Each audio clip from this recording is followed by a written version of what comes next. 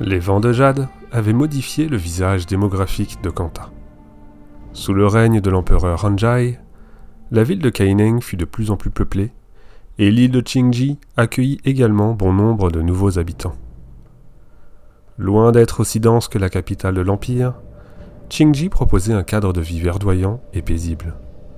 Mais cette croissance soudaine empiéta rapidement sur les terres d'un autre peuple vivant sur l'île, les Tengu. Qui sont-ils, ces Tengu ? Il s'agit d'une race aviaire, répandue à différents endroits dans le monde et divisée en plusieurs tribus. On peut citer par exemple les Avikara dans les cimes froides, les Karomi en Crète, ou les Quetzals sur la côte ternie. Ces tribus étant situées sur le continent tyrien, nous allons plutôt nous intéresser aux tribus de Kanta, les Angshu et les Sensali. Jusqu'à présent, les hommes-oiseaux étaient retranchés dans certaines parties de l'île verdoyante, vivant en paix loin des humains. Mais cette situation changea en 880 après l'Exode, lorsque les Kantiens se répandaient de plus en plus sur le territoire, grignotant petit à petit les terres Tengu.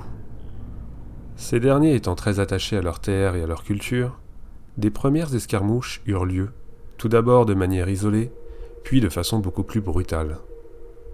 Les Sensali, beaucoup plus territoriaux que les Angshu, entreprirent une attaque massive sur un village de fermiers kantiens. Entraînés et formés pour le combat, ils ne firent qu'une bouchée des pauvres paysans, brûlant le village tout entier et allant même jusqu'à dévorer les cadavres des victimes.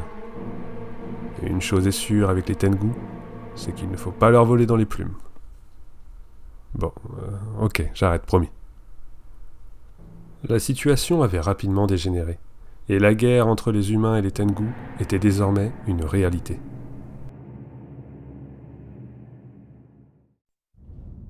Ne voulant surtout pas ruiner tous ses efforts pour redresser la nation, Hanjai envoya son plus proche ambassadeur vers Aeri, le village de la tribu Angshu, plus enclin à la discussion que leurs cousins Sensali. Au terme de longues discussions, un terrain d'entente fut trouvé et un traité de paix fut signé entre humains et Tengu. Fin de l'histoire, allez-vous me dire ? Non, car seuls les Angshu étaient présents à ces négociations, et les Sensali virent d'un très mauvais œil que ces derniers parlent au nom de tous les Tengu. Non contents de refuser cette paix, ils désignèrent les Angshu comme des traîtres, et s'isolèrent dans les montagnes enneigées de Qingji, s'attaquant à tout voyageur osant traverser leurs terres, et opérant régulièrement des raids sur les villages proches.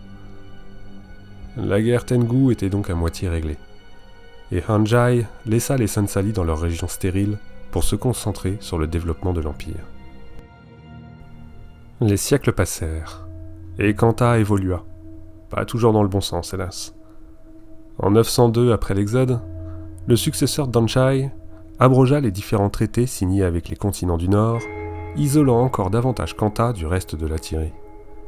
Pire encore, les relations entre l'Empire et les États vassaux Kurzuk et Luxon se dégradèrent. Toujours embourbés dans leur conflit ancestral, les deux factions rivales atteignirent un degré d'hostilité sans précédent, plus d'un siècle plus tard, en 1017 après l'Exode, donnant lieu à une guerre ouverte des plus sanglantes. Le temps où un traité de paix était sur le point d'être signé sous le règne d'Anxian était donc bien loin. La période isolationniste de Kanta prit fin en 1022 après l'Exode, lorsque Kinta, 30e empereur de Kanta, entreprit de réouvrir le commerce extérieur avec les continents du Nord, et en particulier avec le royaume d'Ascalon. Le règne de Kinta était ainsi plus prospère, et lorsque celui-ci mourut, en 1058 après l'Exode, le pays était dans une bonne santé économique. Ce dernier laissa derrière lui deux fils. L'aîné, Togo, était issu d'une relation avec une maîtresse nommée Yuki, et ne pouvait donc pas prétendre au trône. Ce fut donc son second fils, Kisu, qui devint le 31e empereur de Kanta. Togo, quant à lui, suivit la voie du ritualiste et partit pour le monastère de Qingji pour y perfectionner son art. Son talent inné lui permit de gravir progressivement les échelons et de devenir plus tard le maître du monastère. Les deux frères étant très proches, Togo devint également le conseiller personnel de l'empereur Kisu et son ambassadeur attitré. Une fonction qui allait bientôt s'avérer cruciale.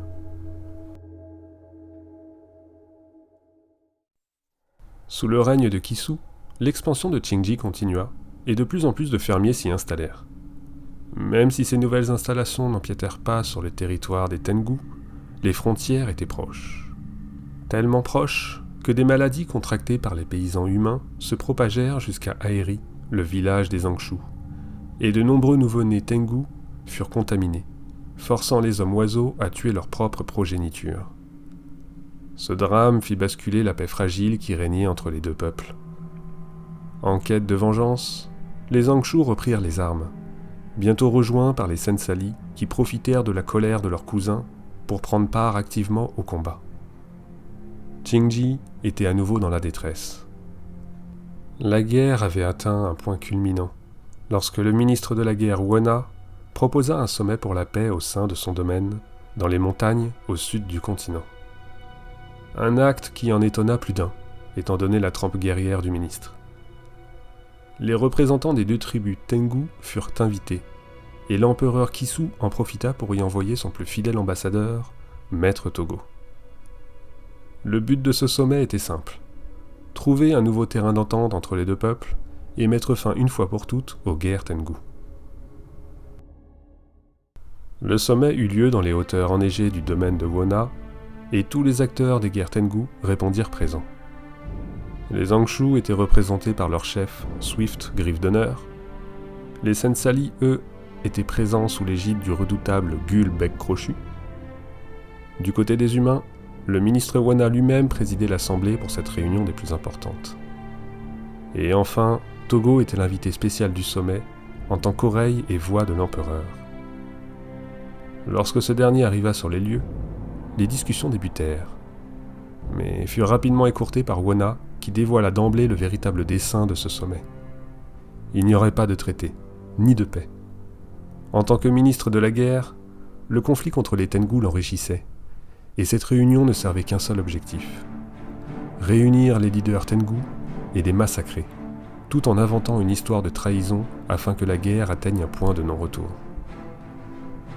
La présence de Togo sur les lieux était une aubaine non prévue pour le ministre. La mort du demi-frère de l'empereur, qui serait bien entendu mise sur le compte des Tengu, apporterait suffisamment de peine à l'empereur Kisu, ce qui le mettra du côté de Wona dans sa quête d'extermination. Tout était parfait. Les assassins de Wona surgirent dans la pièce, mais tout ne se passa pas comme prévu. Certes, les Tengu étaient naturellement difficiles à éliminer, mais Wona n'avait sûrement pas prévu la puissance du maître de Qingji. Togo se joignit aux Tengu pour éliminer les hommes du ministre, puis entreprit de pourchasser le traître en fuite dans son domaine.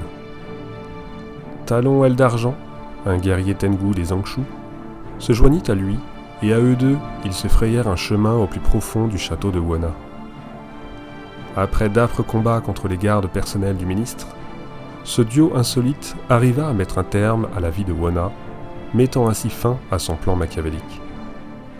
Les Tengu virent lors de ce combat la bravoure et l'honnêteté du maître Togo.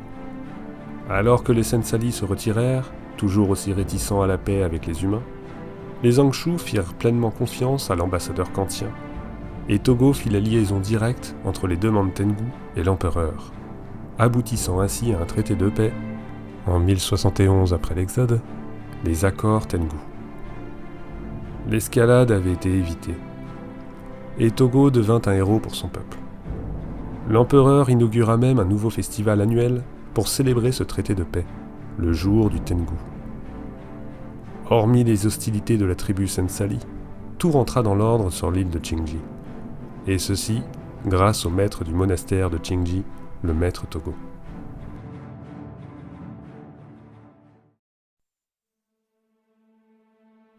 Un nouveau chapitre de l'histoire de Kanta s'était tourné. Les guerres Tengu achevées, l'Empire du Dragon voyait à présent vers l'avenir, sous la houlette de son empereur Kisu. Bien sûr, des ombres planaient encore sur ce tableau. Des groupuscules de criminels sévissaient toujours sur le territoire, que ce soit le crâne cramoisi sur l'île de Qingji, ou les Ampha et la fraternité de Jade dans les rues de Kaineng. De même, les Kurzik de la forêt des Kovaldes et les Luxons de la mer de Jade s'accrochaient à leur rivalité, et aucun espoir de paix ne semblait exister entre les deux factions vassales. Mais malgré ces points noirs, l'Empire du Dragon était toujours debout. Et si l'empereur Kisu était forcément respecté par son peuple, tous savaient que l'artisan de cette paix toute relative était le maître du monastère de Qingji, à l'écoute d'éventuelles menaces, le maître Togo. Ainsi s'achève la dernière partie des événements de Kanta entre l'Exode et les intrigues des jeux Guild Wars. Il y a des chances que lors de la prochaine extension, on entende à nouveau parler des Tengu, alors il me semblait intéressant d'explorer leur ancienne prise de bec. Bon, c'est la conclusion, j'ai le droit maintenant. Nous reviendrons à Kanta lorsque nous aborderons l'histoire de Guild Wars Faction, alors il va falloir être patient d'ici là. Prochain chapitre, prochain continent, nous irons en Tyrie. C'est la dernière ligne droite avant d'aborder Guild Wars Prophecy, je ne vous cache pas mon impatience. Jusque là, je vous dis à très bientôt. Salut.